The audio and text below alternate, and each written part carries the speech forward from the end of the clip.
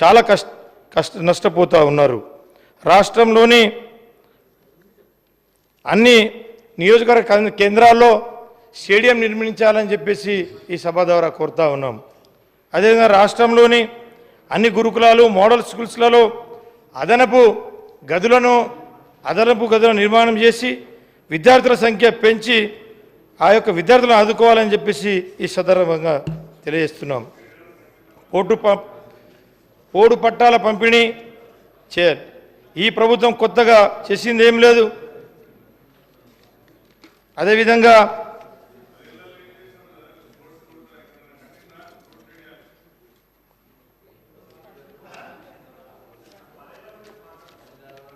నేను ఇప్పుడు మొదటిసారి వచ్చినానే 10 ఏళ్ళ నాకు అడిగితే ఎట్లా చెప్పాలి. కాబట్టి అధ్యక్ష ప్రత్యేక సీతక్క గారు చాలామంది సభ్యులు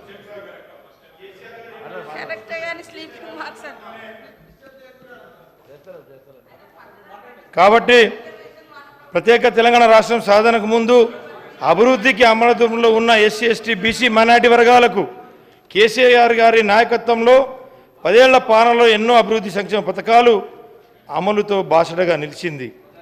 రాష్ట్రంలో 1047 ఎస్సీ ఎస్టీ బీసీ మైనారిటీ గురుకులాలను ఏర్పాటు చేశారు.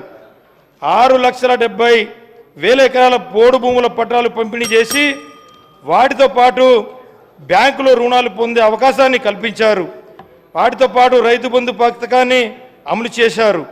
రైతు బీమా పథకం, అదేవిధంగా ఏదైతే రుణాలు మాఫీ కూడా చేసినటువంటి మహానాయుడు కేసీఆర్ గారు.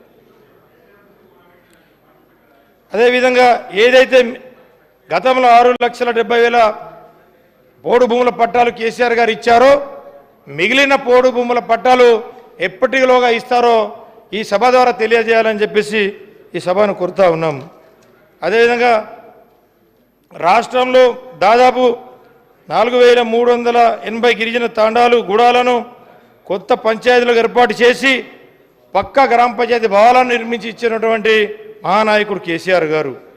కాబట్టి గిరిజనుల ఆత్మగౌరవాన్ని కాపాడేలా హైదరాబాద్ నడి బోర్డున బంజారా హిల్స్లో బంజారా భవన్ ఆదివాసీ భవనాలను కోట్ల రూపాయలను వెచ్చించి నిర్మాణం చేసినటువంటి వ్యక్తి కేసీఆర్ గారు. కాబట్టి అదేవిధంగా గిరి వికాస్ పథకం ద్వారా ప్రతి ఒక్క గిరిజన కుటుంబానికి 2 లక్షల రూపాయలు కేటాయించి బోరు బావితో పాటు 3 ఫేజ్ కరెంటు అందించినటువంటి మహానాయకుడు కేసీఆర్ గారు.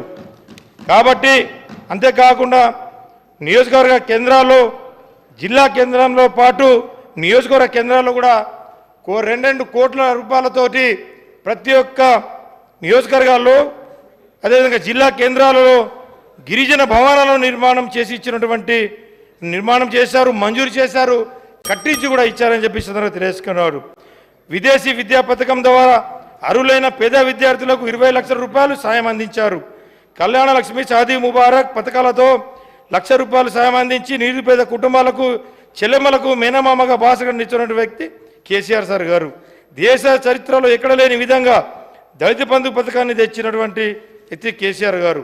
కాబట్టి వీటితో పాటు నా నియోజకవర్గంలో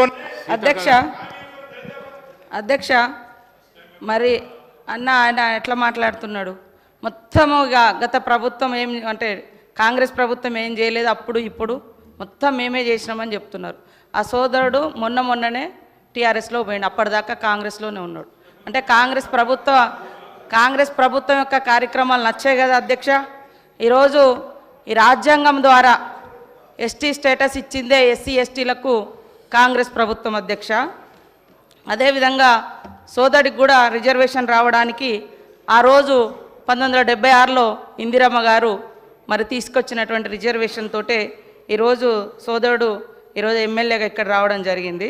ఇంకొకటి గత ప్రభుత్వం మరి లోకల్ రిజర్వేషన్ కాంగ్రెస్ ప్రభుత్వం తీసేసిందనే విధంగా మాట్లాడారు. గతంలో జీవో నెంబర్ 3 తీసుకొచ్చి ఏజెన్సీ ప్రాంతాలలో ఐటీడీఎల్ ద్వారా వేలాది మందికి ఉద్యోగాలు ఇచ్చిన ఘనత కాంగ్రెస్ ప్రభుత్వంది. కానీ మీరు సరిగ్గా ఆర్గ్యుమెంట్ చేయక అది కోర్టులో పోయింది. మీరు ఇచ్చిన 10% రిజర్వేషన్ కూడా ఎలక్షన్స్ ముందు ఇచ్చారు. అది కూడా ఇవాళ కోర్టులోనే ఉంది సార్.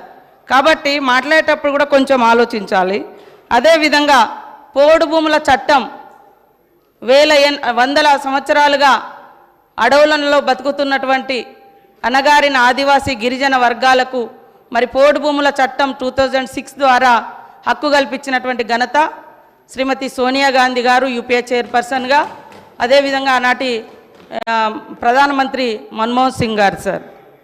కాబట్టి ఇంకా కొన్ని మైనార్టీల గురించి మేము వచ్చి 10 నెలలు అయింది, మీరు 10 సంవత్సరాలు అన్నారు. 12% రిజర్వేషన్ ఇస్తా అన్నారు, మరి 10 సంవత్సరాలైనా ఇవ్వలేదు. అది మీరు మాట్లాడాల్సిన అవసరం ఉంది సార్. అదే కాకుండా దళిత బంధు పేరుతోటి మోసం చేసినామన్నారు. ఇందులో ఆల్రెడీ 2,000 కోట్ల రూపాయలను ఈ సంవత్సరానికి గాను మరి పెట్టడం జరిగింది. కాబట్టి మేము ప్రవేశపెట్టినటువంటి బడ్జెట్ను కూడా చూసుకొని మాట్లాడితే బాగుంటుంది. అంటే ఓకే అన్న, నేనేం అనడం లేదు, కానీ మేము పెట్టినాం కదా, పెట్టిన వాటిని కూడా మీరు పెట్టలేదు, చేయలేదు అని కాకుండా మంచిని మంచి అనుండ్రి, చెడుని చెడు అనుండ్రి, పాలకు పాలు నీళ్ళకు నీళ్ళు, అంతేగాని అన్నీ ఏం లేదు అంటే మరి అది కూడా కరెక్ట్ కాదు. కాబట్టి మా సోదరుడు కరెక్ట్గా ఆదిలాబాద్ జిల్లాలోనే గత 10 సంవత్సరాలలో మీరు ఎన్ని వేల మంది గిరిజన నిరుద్యోగ యువకులకు ఉద్యోగాలు ఇచ్చిరో చెప్పండి.